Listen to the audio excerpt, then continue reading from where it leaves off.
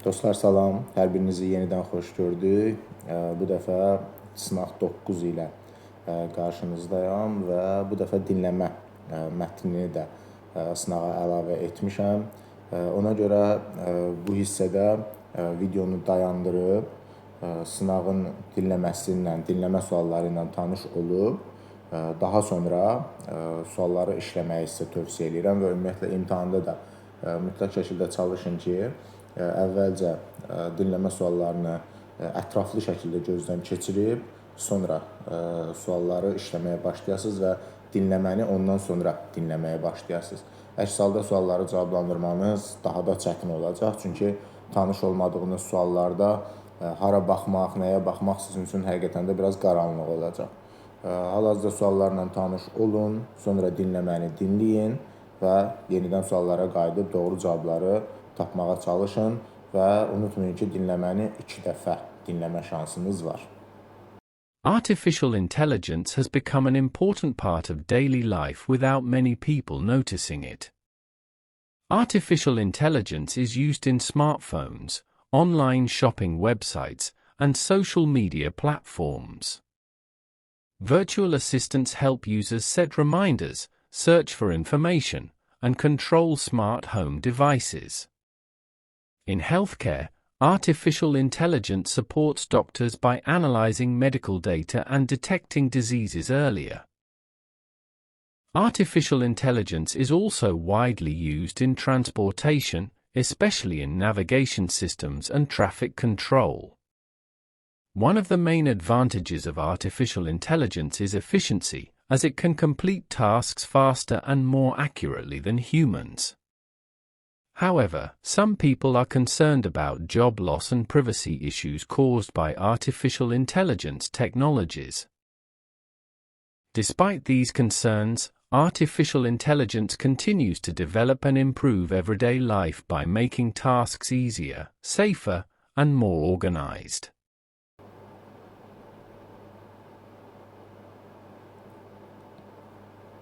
Dinləməni dinlədikdən sonra indi gəlin onun suallarına baxaq. Birinci sualda what is the passage mainly about, yəni mətn nə haqqındadır? Dinlədiyimiz bu mətn AI, yəni Artificial Intelligence, süni intellekt haqqındaydı və birinci sualımızda doğru cavab məhz Y variantı olacaq.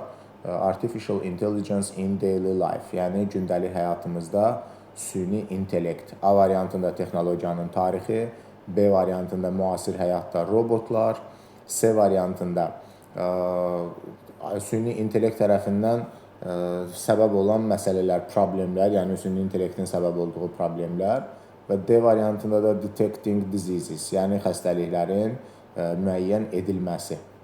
Bunlar deyil mətnin haqqında. Mətn ümumiyyətlə bütöv bir şəkildə süni intellekt haqqındaydı.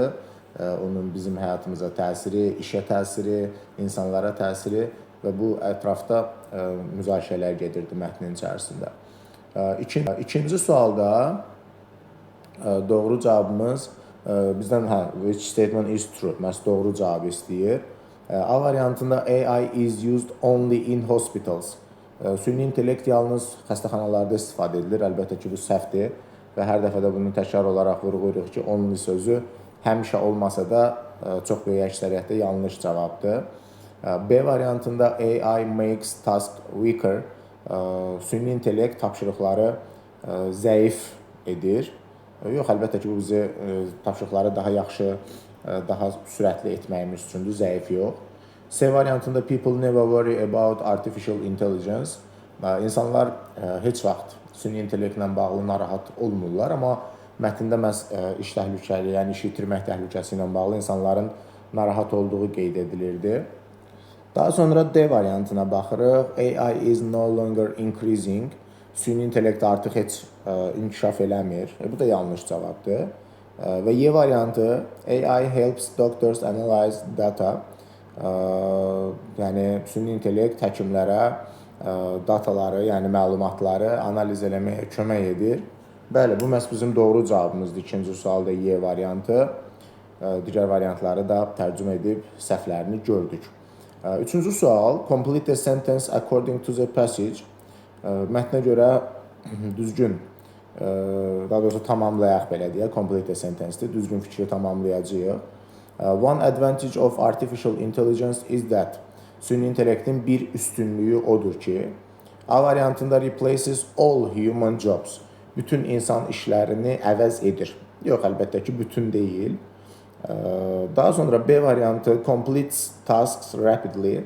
Tapşırıqları sürətli şəkildə həll edir. Bəli, bu bizim doğru cavabımızdır 3-cü sualda. C variantında works inefficiently, yəni effektiv olmayan şəkildə, faydasız bir şəkildə belə deyək, çalışır, işləyir.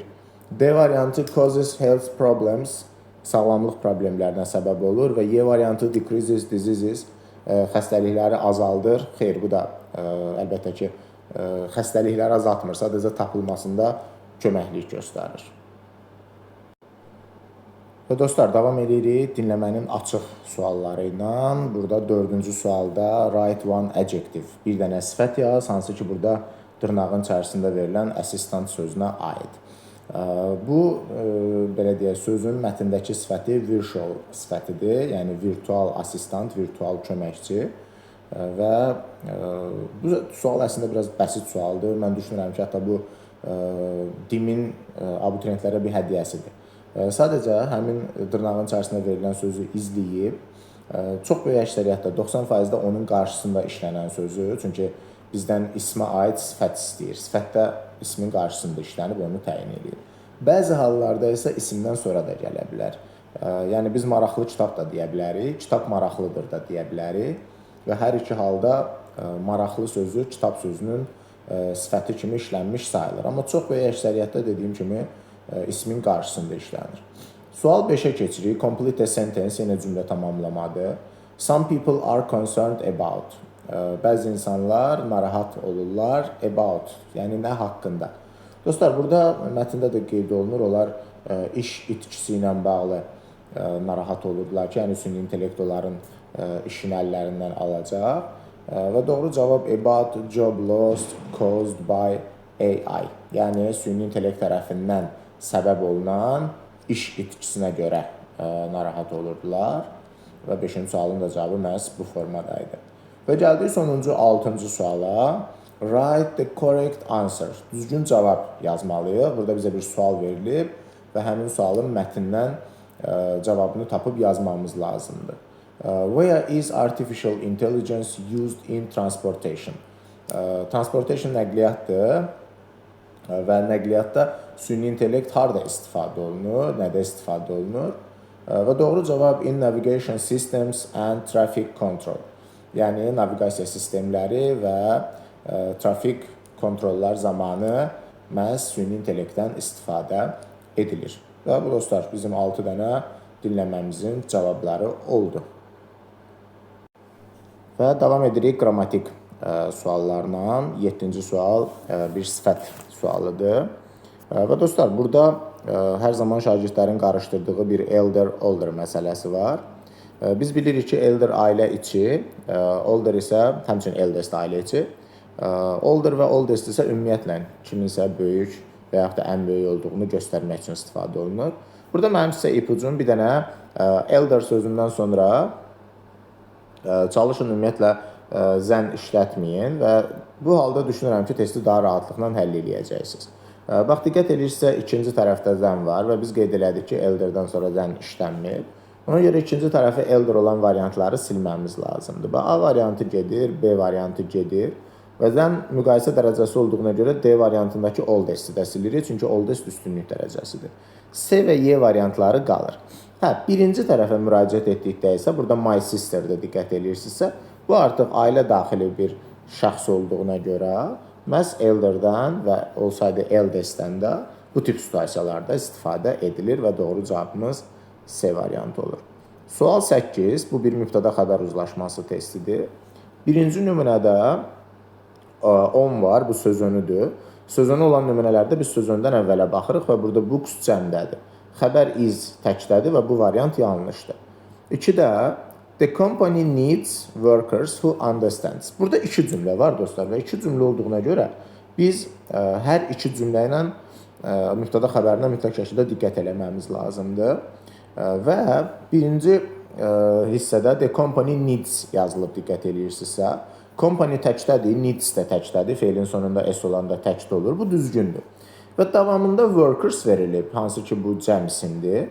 Və workers'ın ardınca da who understands yazılıb. Buradakı who məhz workers sözünün bir növ əvəz edicisidir. Və workers cəmdə olduğuna görə biz ondan understand işlədə bilmərik. Sonunda s ola bilməz. S-siz bir şəkildə understand feili olmalıydı. Understands, yəni s-li versə yanlış cavabdır. Gəldik 3-ə. 3-də yenə of var və of-dan əvvəl neither işlənib. Əvəzliklərin içərisində each, one, either, neither əvəzlikləri istər of-la işlənsin, istər of-suz işlənsin. Xəbərləri hər zaman təkdə olur. Burada da xəbərimiz lives təkdədir və 3 məhz doğru cavabımızdır.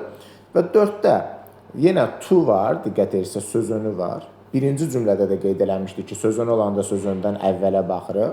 Burada reaction sözü təkdədir, xəbərimiz is, o da təkdədir və 4 də düzgün cavabımızdır. Məhz 3-4 A variantı doğru cavabımız olur. Sual 9-a baxırıq. She traveled along. Burada mən article mövzusunda keçən sınaqların birində də bir ipucu vermişdim ki, oflu birləşmədə əgər tərəflər ümumi isim olarsa, əksər hallarda orada Z artiklından istifadə olunur və məhz burada da coast of ifadəsində biz birinci tərəfdə Z artiklından istifadə edəcəyik və ikinci tərəfdə də sea, dənizdir. Çay, dəniz, göl, okean adları ilə hər zaman Z artiklı işlənir. Bir dənə orada istisna lake sözünü fiziki olaraq gördükdə Z-ni işlətmirsiniz. Qalan hallarda göl adları, yəni lake sözü varsa Z işlənmir. Qalan bütün hallarda Z artiklı mütləq şəkildə işlənməlidir. Çay, dəniz, okeanlarda isə söz oldu da olmadı da Z artiklını mütləq şəkildə işlətməlisiniz və 9-cu sualın da cavabı A variantı olur. Gəldik 10-cu suala. Burada kompleks object testi çıxır, mürəkkəb tamamlıq testidir. Və mürəkkəb tamamlıqda feil, tamamlıq feil ardıcıllığına baxıb və 3 qrup feilin tələbinə görə ya sadə, to-suz, ing-siz feil, ya yenə to-suz və ya ing ilə olan feil, ya da 3-cü qruplarda da to-la olan feildən istifadə etməmiz lazımdır. Birinci nümunədə diqqət edirsinizsə dostlar, notice them to break verilib. Notice ikinci qrup feillərdən biridir. İkinci qrupdan sonra to işlənmir. Ya break olmalıydı, ya breaking olmalıydı. Ona görə A variantı bu to-ya görə səhvdir. B variantında forced as cover hissəsidir. Biz feil tamamlıq feilləri tapırıq da mürəkkəb tamamlığı müəyyən eləmək üçün. Və force bizim üçüncü qrup feillərimizdən biridir. Onlar da özündən sonra to istəyir. Burada cover yox, to cover olmalıydı. Ona görə bu da səhvdir. C variantında mürəkkəb tamamlıq hissəsi assisted her finished hissəsidir. Və burada da assisted bizim üçüncü qrup feillərimizdən biridir. Yenə to olmalıydı, amma to gəlməyib, finished id ilə gəlib. İdi ümumiyyətlə işlənə bilməz tamamlıqdan sonra. D variantı seen Sarah Cross hissəsidir. C bizim ikinci qrup feillərimizdən biridir və özündən sonra ya məstər, yəni to-suz forma, ya da ing-li forma qəbul eləyir və burada da cross məsələ sadə, to-suz, ing-siz formadır deyə D variantı düzgün cavabımızdır. Və Y variantında da expected you see mürəkkəb tamamlıq hissəsidir və expect 3-cü qrup feil olduğuna görə özündən sonra to tələb edir, amma burada C-nin to hissəciyi yoxdur. Sual 11-ə keçirik. Burada bir quantifier sualı çıxır qarşımıza. Birinci və dördüncü nümunələrdə many işlənib, ikinci və üçüncü nümunələrdə isə match işlənib. Many-dən sonra cəm isim işlətməliyik, match-dan sonra isə biz sayılmayan isimdən istifadə etməliyik. Amma dostlar, söz birləşmələrində biz bu many və match əvəzliklərini söz birləşməsinin sonuncu tərəfinə aid edirik. Yəni, birinci nümunədəki many sözü wooden sözünə yox, chairs sözünə aiddir. Və yaxud da ikinci nümunədəki match bus sözünə yox, stops sözünə aiddir. Yəni, bu formada testi uyğunlaşdırıb cavab tapmalıyıq. Və bir də many-dən sonra chairs cəm isim bir düzgün cavabdır. 2-də match-dan sonra stops cəm isim yanlış cavabdır. Match-dan sonra sayılmayan isim gəlməlidir. 3-də match-dan sonra information sayılmayan isim yenə düzgün cavabdır. Və 4-də many-dən sonra officer tək isim yanlış cavabdır. Many traffic officers olmalıydı. Və 1-3, yəni D variantı doğru cavabımızdır. Növbəti sualımız 12-ci sualdır. Bu bir definition testidir və burada biz sözləri izahlarına görə uyğunlaşdırmalıyıq. Bir də admit, dostlar, qəbul eləməkdir və buna uyğun gələn cavab məhz diqqət edirsə elə C variantında da burada accept sözü var, o da qəbul eləməkdir. Və birinci nümunəyə məhz C variantı uyğun gəlir. Prevent isə qaçmaq, yayınmaqdır və yaxud da qarşısını almaqdır. Və burada da A variantı uyğun gəlir. To stop something from happening. Yəni nəyinsə baş verməsinin qarşısını almaq. Buna da uyğun gələn cavab A variantı oldu. Və recover sağalmaq deməkdir. Buna da B variantındakı to return to a normal state. Yəni normal vəziyyətə qayıtmaq. After illness or difficulty. Xəstəlikdən və yaxud da çətinlikdən sonra normal vəziyyətə qayıtmaq. Və buna da recover sözünə də burada B variantı uyğun gəlir və doğru cavabımız 12-ci sualda məhz C variantı olur. Sual 13-ə baxırıq. Sual 13-də bir neçə hissə ilə testi həll eləməyə çalışacağıq. Birinci hissədə diqqət edirsə nöqtələrdən sonra is var. Bu to be tək xəbər kimi işlənən bir to be nümunəsidir. Və məhz bu səbəbdən biz B variantındakı this əvəzliyini silirik, çünki bundan sonra cəmsimlər işlənir. İkinci tərəfdə dostlar, nöqtələrdən sonra garden sözü isimdir. İsmin qabağında biz aslı yəli əvəzliyi işlətməliyik. A variantındakı ours və D variantındakı mine müstəqil yəli əvəzlikləridir və bunlar isimdən işlənmirlər. Qalır əlimizdə C və Y variantları və cümlənin axırında da diqqət edirsinizsə, artıq sondur da, yəni biz bu nöqtədə he əvəzliyini, yəni mübtədə ola biləcək bir əvəzliyi işlədə bilmərik. Lap bir qrammatik xəta elədiniz, he-ni işlətmək istədiniz. Burada xəbərimiz də diqqət edirsinizsə are-dır və are cəm xəbərdir, heç onunla da he işlənməz.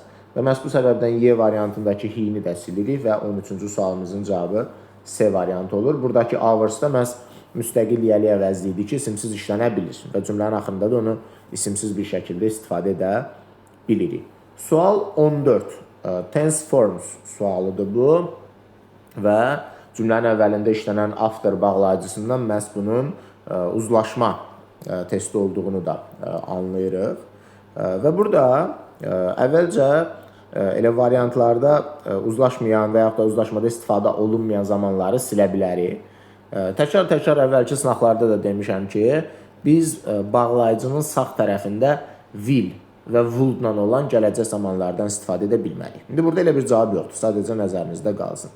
Və ikinci, have, has ilə olan bitmiş zamanlar, present perfect və present perfect continuous zamanlar uzlaşma testlərində when, as soon as, till, until, before, after, if, unless və while bağlayıcılarının sağ tərəfində ümumiyyətlə istifadə olunmur, yəni have-has ilə olan bitmiş zamanlar.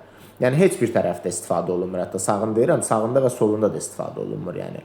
Və buna uyğun diqqət eləsəz, C variantında has var, Y variantında has var, bu variantları ümumiyyətlə ixtisar edə bilərik. D variantında yenə has taken var, bu variantı da ixtisar edib, A və B variantları arasında qala bilərik. Və A variantında da dostlar bir taken forması verilib. Take feilinin verb 3 formasıdır. Take indikidir, took keçmiş zamanıdır, taken da verb 3'dür. Və verb 3'ü biz heç vaxt tək başına ümumiyyətlə zaman kimi istifadə edə bilmərik. Verb 3 ya məchul növdə, ya da have, has, haddən sonra bitmiş zamanlarda istifadə olunur. Yəni tək başına işlənə bilməz. Ona görə A variantında silirik və cavabımız məhz B variantı olur. Sual 15-ə baxırıq. Bu conjunction testidir və biz burada elə bir bağlayıcı seçməliyik ki, hər iki cümləyə uyğun olsun. Çünki burada artıq 2 dənə bizə verilən şərtdə cümlə var. Və dostlar, burada tərcümə ilə də bizim testimizin doğru cavabı məhz C variantıdır ki, tell me when you will return. Mənə de ki, sən nə zaman qayıdacaqsan. Və ikinci cümlədə də I love history, mən tarixi sevirdim. When I was at school, mən məktəbdə olanda.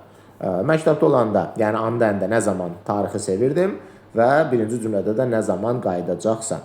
15-ci sualın cavabı məhz C variantı oldu. Sual 16-da bizi modal feil testi gözləyir və məhz burada mən sizə həmişə tövsiyə edirəm ki, birinci xətalı modal feilləri silməyə çalışın. Məsələn, buradakı A variantındakı kimi have to, has to, had to modal feillərinə heç vaxt not artıra bilməzsiniz. Ona görə haven't, hasn't, hadn't tipli variantlar hər zaman yanlışdır. A variantını silirik bu səbəbdən. Daha sonra dostlar, C variantında don't have, amma burada da bunun to hissəciyi yoxdur. Ona görə bu variant da yanlışdır. Daha sonra Y variantındakı nümunədə won't able to yazılıb. To be able to modal feilinin gələcək zaman formasında will və won't, yəni onun inkar formalarının yanında hər zaman bir be-dən istifadə edilməlidir. Bax, burada bir be olmalıydı dostlar. Bu be olmadığı üçün məhz Y variantı da yanlışdır.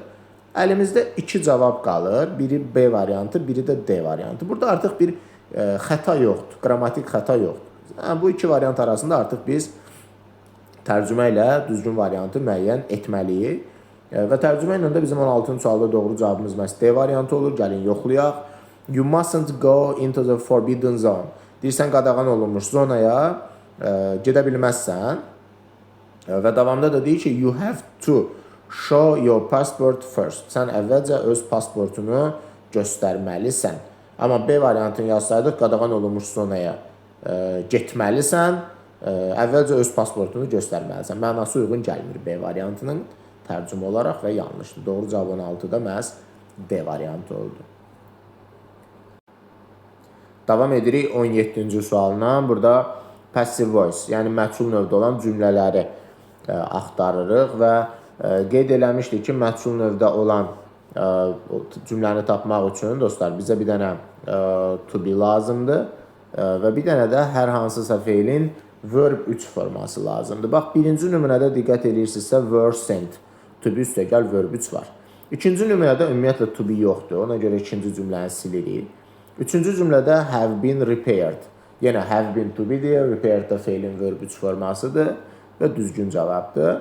Və dördüncü nümunədə də are not allowed, yəni are allowed. To be də var, verb 3 də var və bu da düzgün cavabımızdır. Beşinci nümunədə isə has received yazılıb, has to be deyil, has been received olmalıydı to be üstəgəl verb 3 quruluşunun olması üçün və beşinci nümunədə yanlışdır. Doğru cavabımız 1, 3, 4 məhz Y variantı olur 17-ci sualda. Gəldik 18-ə, burada preposition testi çıxır qarşımıza və birinci tərəfdə time sözü var. Biz time-la həm in time, həm on time nümunələrindən istifadə edə bilirik. In time vaxtındadır, amma təxmini olaraq. On time vaxtındadır, amma dəqiq, birə-bir vaxtındadır. Və birinci tərəfdə in time və on time olmayan C variantını, Y variantını və D variantını silirik. A və B variantları arasında qalırıq. Və burada doğru cavabımız məhz B variantı olur. Çünki biz meetingdən at meeting ifadəsindən istifadə edirik. Ona görə A variantını da silməli olacağıq. For meetings isə iclaslar üçün olaraq tərcümə edərək belə deyə də doğru anlamda qəbul edə bilərik cavabı. Gəldik 19-cu suala. 19-cu sual bir question word sualıdır, interrogative word sualıdır. Və burada bizə yuxarıda bir yarımçıq sual cümləsi verilib. Biz ora sual sözü əlavə eləməliyik. Cavabında isə once a year yazıb. Dostlar, bunu nümunə kimi sizə deyim, nəzərinizdə qalsın. Present simple-da bizim istifadə etdiyimiz zaman zərfləri var idi. Every day, usually, sometimes, often, never. Daha sonra once a week, twice a week, bu tipli zaman zərflərinə biz how often sual sözü ilə sual veririk və bu testdə də məhz doğru cavabımız Y variantı olur. A variantındakı how long və D variantındakı since when nümunələri isə dostlar bitmiş zamanlarda for və since nümunələrinə, for və since ilə olan zaman zərflərinə verilən suallardır.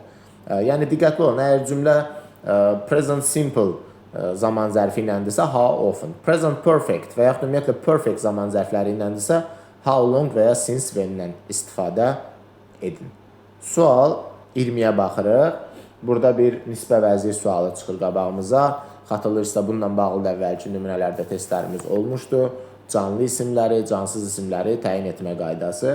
Və burada nöqtələrdən əvvəl gələn sözümüz the changes sözüdür, hansı ki bu cansızdır. Əvvəlcə qaydamız belə idi ki, isimdən sonra ümumiyyətlə vot işlənmirdi. Nisbə vəzirdə də bunun qaydası var idi. Və məhz bu səbəbdən biz A variantındakı vot və Y variantındakı vot nümunələrini silirik. B, C, D qalır. Yəni which və that məhz cansızları təyin edə bilir. Və ikinci məsələ də odur ki, yuxarıda verilən changes sözü cəmdə olduğuna görə Onun ardıca gələn nümunədə də which və that məhz o changes sözünü əvəz edir. Ondan sonra gələn xəbəri də məhz biz o changes sözü ilə uzlaşdırmalıyıq. Və changes sözü də cəmdə olduğuna görə və diqqət edirsiniz B variantında was, D variantında isə is tək xəbər olaraq işlənib. Məhz cavabımız 20-ci sualda C variantı olur ki, which were yazırıq, were-nü cəm xəbər kimi changes sözünə uyğunlaşdıra bilirik. Gəldik 21-ci suala. 21-ci sual make-up sentence-dir. Dostlar, bu tip nümunələrdə əslində çox da izahlıq bir hissə olmur. Burada biz ayrı-ayrı mövzuların içərisində öyrəndiyimiz cümlə strukturlarını görürük. Əmr cümləsi ola bilər, adi nəqli cümlə ola bilər, zaman uzlaşmasında istifadə etdiyimiz uzlaşma cümlələri ola bilər və sair fərqli sual cümləsi görə bilərsiniz. Fərqli strukturlarda cümlə növləri çıxa bilər qabağınıza və sizdən tələb olunan buradakı sözlərin düzgün nizamlanmasını tapmaqdır. Mən tövsiyə edirəm ki, əgər bu sualda kimsə çətinlik çəkirsə, bu suala biraz vaxt ayırsın imtahanda və kənarda 5 variantı qeyd eləsin. Cümlələri yazılı şəkildə qeyd eləsəz, amma söhbət bütün cümlələrdən gedir də, yəni bir-iki dənə gözünüzə xoş görsənən cümlələri yazıb cavab tapmağa çalışsaz yenə səhv eləyə bilərsiniz, əgər bu mövzuda çətinlik çəkirsinizsə təbii ki. Kənarda 5 variantı qeyd etsəz, əmin olun ki, düzgün cümləni görmə ehtimalınız çox-çox yuxarı olacaq. Çünki vizual şəkildə düzgün cümlə özünü göstərir. Və burada 21-ci sualda da bizim doğru cavabımız D variantıdır. Tövsiyə edirəm ki, elə bu sınağın bir kənarda bir kağızda işləyərkən, onsuz indi imtahanınız deyil də, boşsuz hal-hazırda. Mənim dediyim metodu yoxlayın. 5 cümləni yazın, özünüz də görəcəksiniz ki, doğru cavabı tapacaqsınız yəni. Və gəldik 22-ci, sonuncu qrammatik sualımıza. Dostlar, burada bu topluya əlavə olunan yeni mövzularımızdan biridir və bizim burada şərtimiz, müəyyən feillərimiz var idi ki, həmin feillər özündən sonra to hissəciyi tələb eləyir. Amma müəyyən feillərimiz də var idi ki, özündən sonra gerund, yəni ing sonluqlu nümunə tələb eləyir. Və burada bizim testdə işlənən nümunəmiz want feilidir. Hansı ki, want, promise, agree, decide, expect, need, plan, refuse, hope, afford və learn feilləri məhz özündən sonra to hissəcikli feil tələb eləyir. Amma enjoy, suggest, avoid, finish, consider, admit, daha sonra mind, deny feilləri özündən sonra ing sonluqlu feil, yəni gerund tələb eləyir. Və siz də testlərdə feillərdən sonra verilən boşluğu məhz bu saydığım şərtlərə görə tamamlamalısınız ki, əgər feil to istəyən hissəyə aiddirsə, cavab olaraq to-lu versiyadan, əks halda isə ing-li versiyadan, yəni gerundlu versiyadan istifadə edirik. Və qeyd etdiyim kimi want özündən sonra to tələb eləyir və ona görə də 22-ci sualımızın doğru cavabı məhz A variantı olur. Dostlar, davam edirik reading sualları ilə. Bu dəfəki readingimiz Dubay haqqındaydı və şəhərin bizə ətraflı izahı verilir. Burada həm qədim, həm müasirliyin bir növ birləşməsi haqqında danışılır və texnologiyanın da ən üstün səviyyədə istifadə edilməsi tipli məlumatlar görürük. Yəni, mətndə Dubayın bütün müsbət xüsusiyyətlərini qeyd etməyə çalışıblar, belə deyək. 23-cü sualda what is the passage mainly about mətn nə haqqındadır? Burada 23-cü sualda dostlar doğru cavabımız A variantıdır. The place of the future, yəni gələcəyin bir növ yeri mənasında və elə bunu biz aslında mətnin birinci abzasının elə birinci cümləsində görürük ki, Dubai is often described as the city of the future, yəni gələcəyin şəhəri kimi. İndi burada da A variantında məhz place of the future olaraq qeyd olunubdur. B variantında modern cities of today. Bax, şagirdləri çaşdıran nümunələrdən biri məhz bu olur adətən. Çünki müasir şəhərlər yazılıbdır və şagird Dubayı müasir şəhər olaraq düşünüb cavab kimi seçir. Amma burada biz mətndə Dubay haqqında danışırıq, yəni bir şəhər haqqında danışırıq. Amma cavabda modern cities yazılıb və cəmdə yazılıbdır. Əgər o modern city olsaydı, onda onu doğru cavab kimi götürə bilərdik. C variantında desert, survival, ümumiyyətlə səhra ilə bağlı heç əlaqəli bir mətn deyil. D variantında cultural heritage of Dubai, Dubayın mədəni irsi Biz burada sadəcə mədəni irs haqqında danışmırıq. Ümumiyyətlə şəhər haqqında, yəni bütün istiqamətlərdə məlumat alırıq deyə bu mətnin bir hissəsinə aid bir adlandırma ola bilər, amma bütün şəkildə mətni adlandıra bilməz. Y variantında isə Advanced Technology in Cities, şəhərlərdəki irəli yəni inkişaf etmiş texnologiyalar. Yəni bu da əlaqəli bir cavab deyil. Mətn şəhər haqqındaydı, yəni Dubay haqqındaydı, texnologiya haqqında yox. Gəlirik 24-cü suala. Which statement is true? Hansı fikir doğrudur?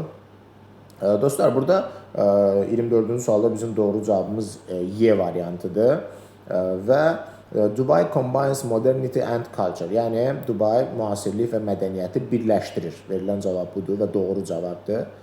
Bunu biz 3-cü abzasda, bax bu hissədə altından indi xətt çəkirəm. By combining modern progress with cultural identity hissəsində məhz görə bilərik. 25-ci sual. Why does Dubai attract people from all over the world according to the passage? Dubai nəyə görə bütün dünyadan insanları cəlb edə bilir? Yəni sual belədir. Və bunun da doğru cavabı 25-ci sualın burada doğru cavabı D variantıdır. Bunu da biz 3-cü abzasın bax bu hissəsində, ikinci hissəsində its traditions and cultural heritage hissəsində görə bilərik. Və ümumiyyətlə 3-cü abzasda bu barədə ətraflı daha da məlumat ala bilərik davamında. 26-cı suala keçirik. How does technology help life in Dubai according to the passage? Texnologiya Dubayda həyata necə kömək eləyir? Və burada 26-cı sualda bizim doğru cavabımız B variantıdır. It improves service and makes life easier. Xidmətlərə kömək eləyir və həmçində həyatı daha da asanlaşdırır. Bunu biz dostlar, bu ikinci abzasın bu hissəsi, üçüncü hissəsində indi altından xətt çəkirəm. Public Transport Government Service və cümlənin davamında da to improve efficiency and comfort, yəni faydalılığı və komfortu inkişaf etdirmək üçün istifadə edilir. Sual 27. Write the close meaning, yaxın mənalı legacy sözünün və paragraf 3, yəni 3-cü abzasda legacy sözünün yaxın mənalı sinonimini, yəni axtarırıq. Uşaqlar, legacy irs, miras deməkdir və buna da uyğun gələn cavab heritage sözüdür. Biz bu cavabı 3-cü abzasda axtarırıq və 3-cü abzasın məhz 2-ci sətrində dairəyə alıram hal-hazırda heritage sözünü. Biraz daha geniş alım. Heritage sözü məhz legacy sözünün sinonim olaraq işlənir. 28-ci sual bir definition nümunəsidir və biz bu definitionun cavabını paragraph 2, yəni 2-ci abzasda axtaracağıq. New and advanced ideas or methods, yəni yeni və inkişaf etmiş ideyalar və yaxud da metodlar. Bu sualımızın cavabı dostlar innovation sözüdür. Biz bunu 2-ci abzasın sonlarına doğru, bax bunu da dairəyə alıram, görə bilirik. Innovation da məhz yenilikçi, inkişaf etmiş, amma isim kimi düşünün, çünki ola bilər tərcüməsi sizi çaşdırsın, amma innovation sözü isimdir. İnkişaf, belə deyək, Azərbaycan dilində. Və gəldik son iki sualımıza. 29-cu sual. In only a few decades Dubai has. Biz bu cümlənin mətndəki davamını tapmalıyıq və həmin o davam hissədə biz ən az 2 dənə sözü, ki mən tövsiyə edirəm elə 2 dənə də sözdə qalın, sinonim ilə əvəzləməliyik.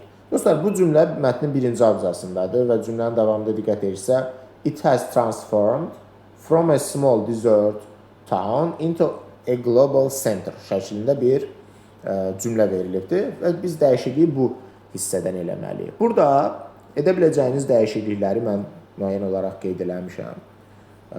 Transform sözü normalda dəyişmək mənasındadır, amma biz buradakı kontekstdəki mənadan onun əvəzinə developed, evolve, turn da yaza bilərik. Turn elə birbaşa sinonim olacaq. Progress, developed, change sözlərindən istifadə edə bilərik. Hansı ki, burada cümlənin mənası deyir ki, balaca bir səhra şəhərdən, yəni böyük bir qlobal mərkəzə çevrilibdir. Yəni inkişaf edib, dəyişib anlamında. Small əvəzinə little yaza bilərsiniz. Town əvəzinə city yaza bilərsiniz və global əvəzinə də worldwide sözlərindən istifadə edə bilərsiniz. Və sonuncu, 30-cu sual. Would you like to live in a city like Dubai? Why or why not? Siz Dubai kimi bir şəhərdə yaşamaq istərdinizmi? Niyə və yaxud da niyə yox? Dostlar, bu suala cavab yazarkən hər dəfə təkrar olaraq qeyd edirəm ki, mətndəki fikirlərdən, cümlələrdən qəti şəkildə istifadə etməyin. Yəni, məsələn, mətndə Dubayın texnologiya tərəflərindən, şəhərin qədimliyinin müasirliyi ilə birləşməsindən filan danışılırsa, siz başqa məsələlərə toxunun, zənginlikdən danışın, burada həyat daha rahatdır tipli cümlələri öz kontekstinizdən yazmağa çalışın. Yəni, mətndəki fikirlər artıq sizin hesab olunmayacaq və mətndəki cümlələr, sözlərdən istifadə avtomatik olaraq sizin bal itkinizə gətirib çıxaracaq. Çünki testin şərtində by expressing your opinion, yəni öz fikirlərini ifadə edərək şərti qoyulubdur sizə. Yenə də əgər özünüzün yazdığınız cavab olsa, rəy bölməsində qeyd eləyərsiniz, mən sizin suallarınızı cavablamağa çalışacağam. Hər birinizə uğurlar, növbəti sınaqda görüşərik.